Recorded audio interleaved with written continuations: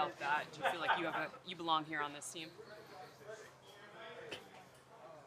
Obviously. I think overall as a player, I feel like I put in the work. I feel like everything I do, I try to do it to my best, and that's all I ask for. So I feel like everybody feels like they should be on the team. And if you ask anybody on the team, would they feel like they belong? They belong, in their own eyes. So I feel like I do, but I'm my own player.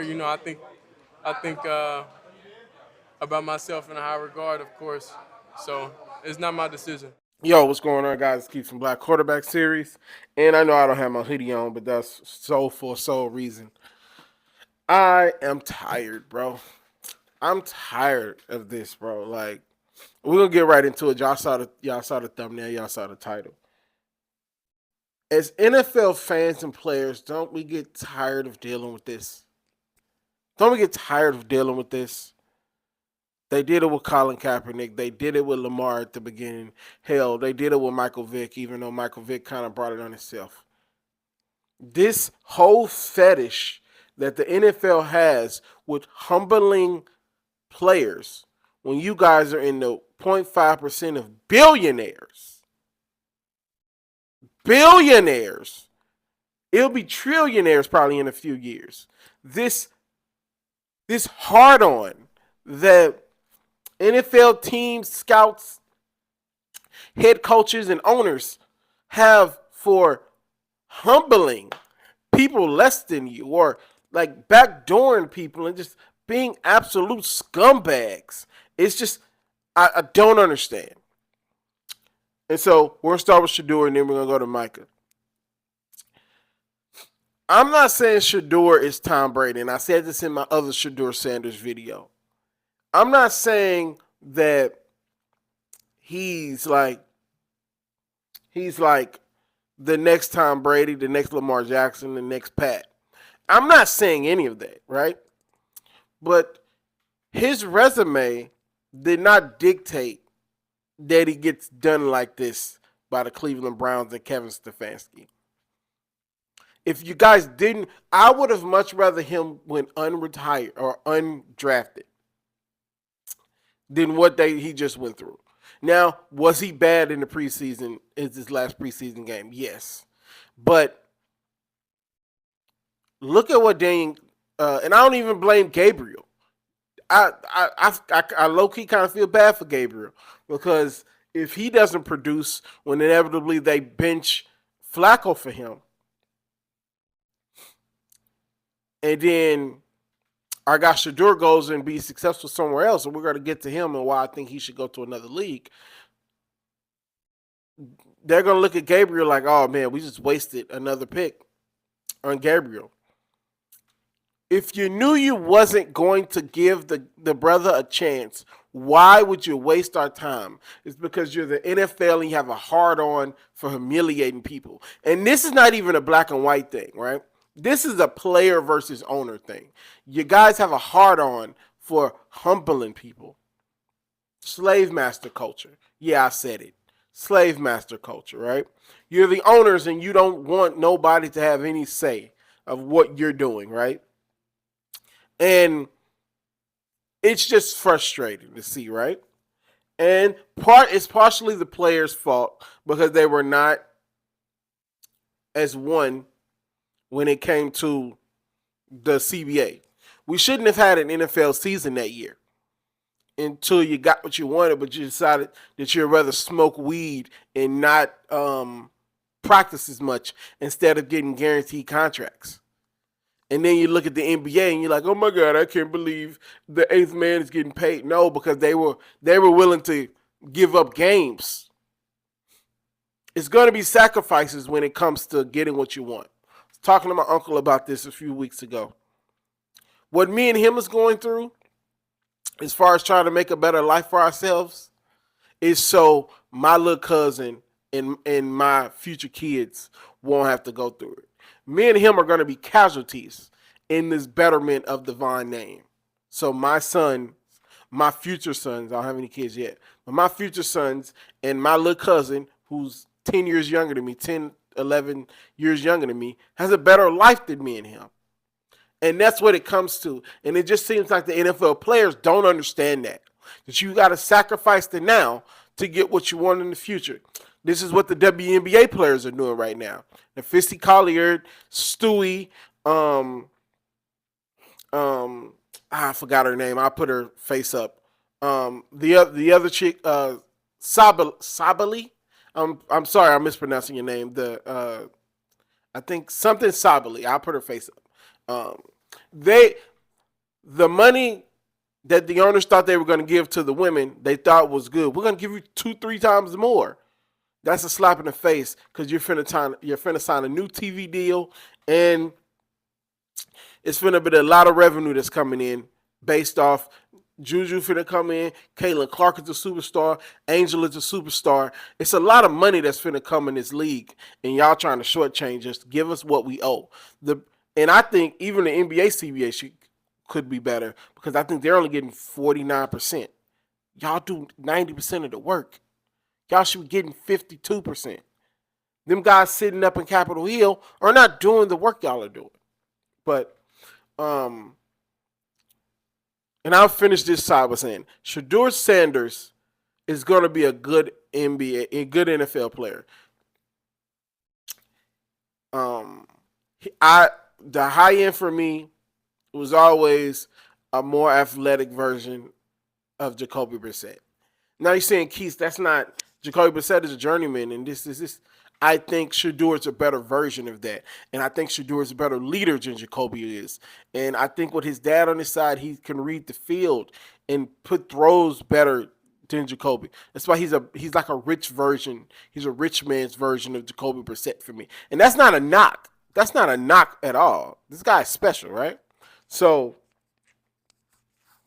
yeah, that's what they're doing to him is absolutely ridiculous. It's absolutely ridiculous. I would have much rather him not been drafted than what they just went through with this pretty much humiliation ritual. And you'd be like, Keith, he must have not played well in practice and this, and the third.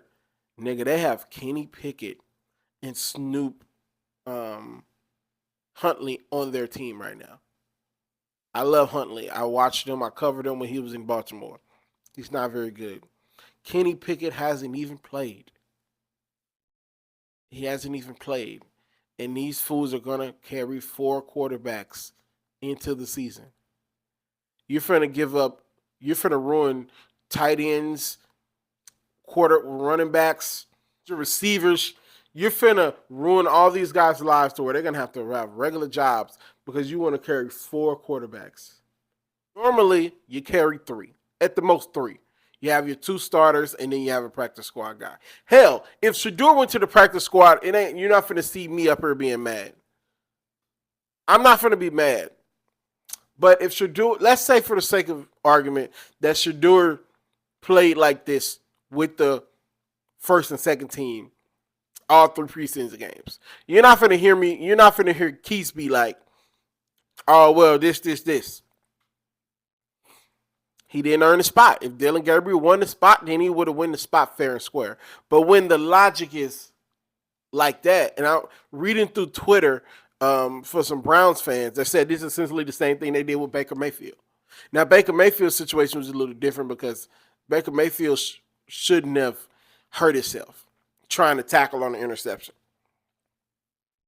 Baker Mayfield got a raw deal, but now he's balling in Tampa Bay. Shout out to him. Shedeur, Shiloh was also released today. I'm not too concerned about Shiloh. He had a cup of coffee in the NFL. Maybe he'll be able to get on the practice squad and make a shake. But he'll be fine. His route might not be actually playing football, but we'll see. But it's ridiculous. The young man is. I gave him slack a year, even 6 months ago, for throwing players under the bus and not being accountable. He has done none of that. He's been an ultimate professional. The superstars love him. Everybody love him. And it's sad to see what Shedeur is going through, but I think he'll bounce back. Just like every other Cleveland Browns quarterback, they're going to make the wrong decision, and Shedeur is going to go and be successful. Hell, The teams.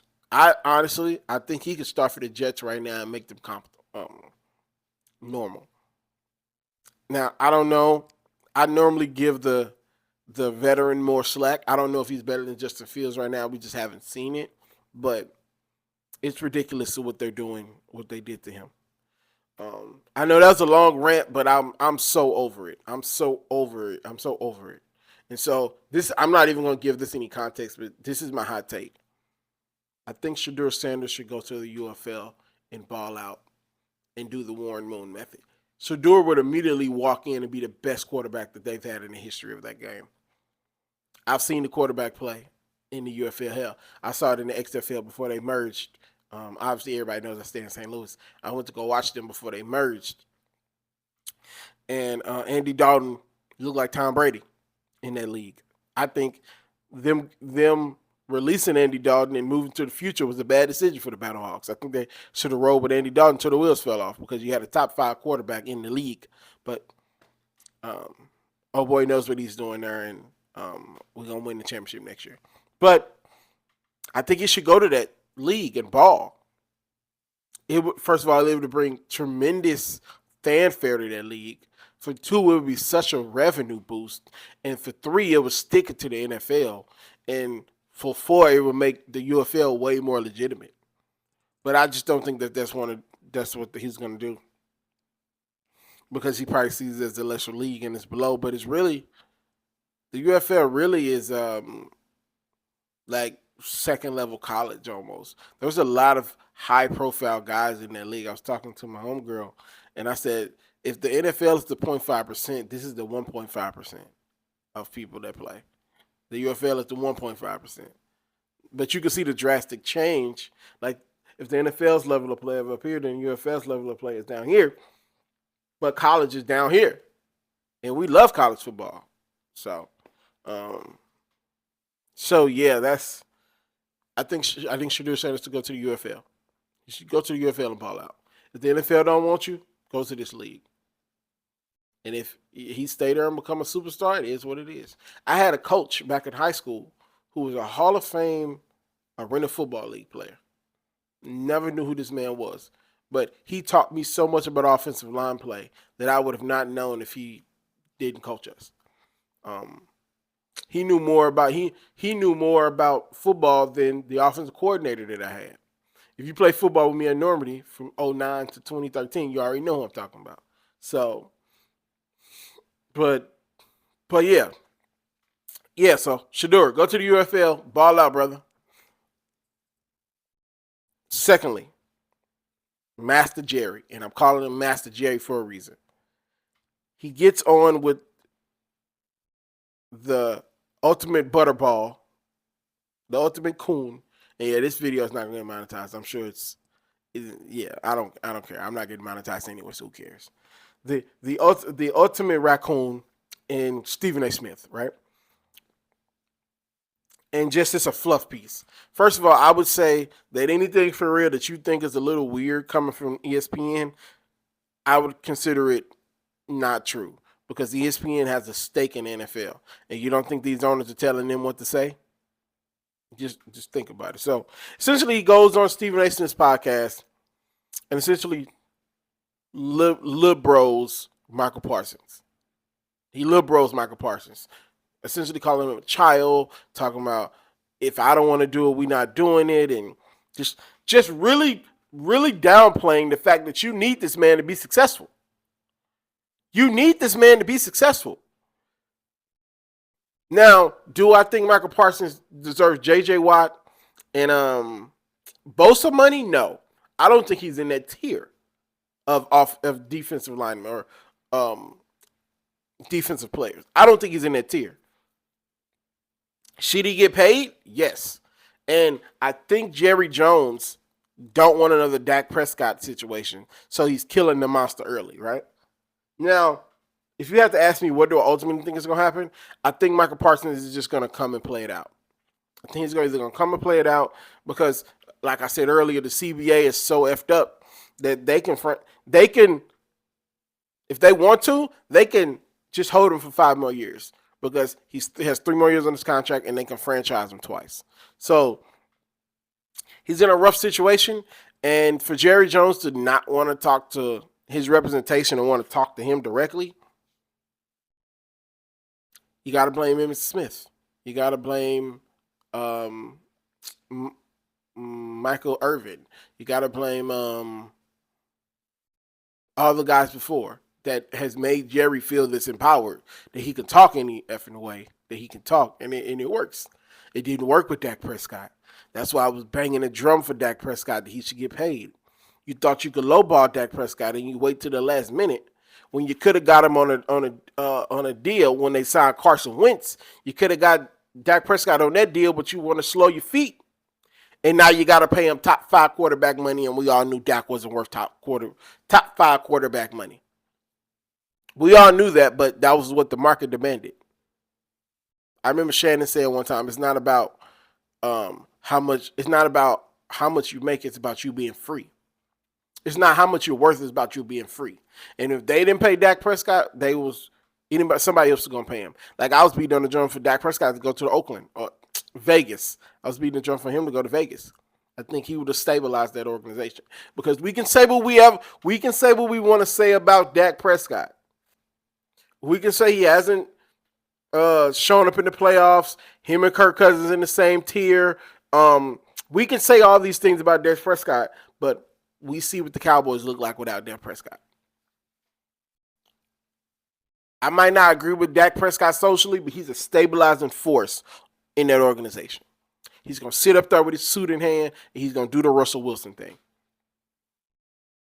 He's going to stabilize that organization. He's going to say the right things, and he's going to keep it moving. He's going to keep everybody's head level.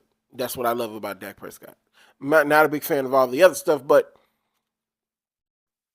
they're essentially paying him for that. And when Dak Prescott inevitably leaves after this contract, what are they going to do? Go get Trey Lance so y'all can redo all this over again? So, but Jerry Jones, as cool as people think Jerry Jones is, now he's just like the rest of them. He's the reason the Rams are in L.A. He's the reason that the Chargers are in L.A. because all the other owners look up to him. He does what he wants. So, it's going to come back to bite him. I've said for a long time, the Cowboys are not going to win until Jerry Jones is not with us no more.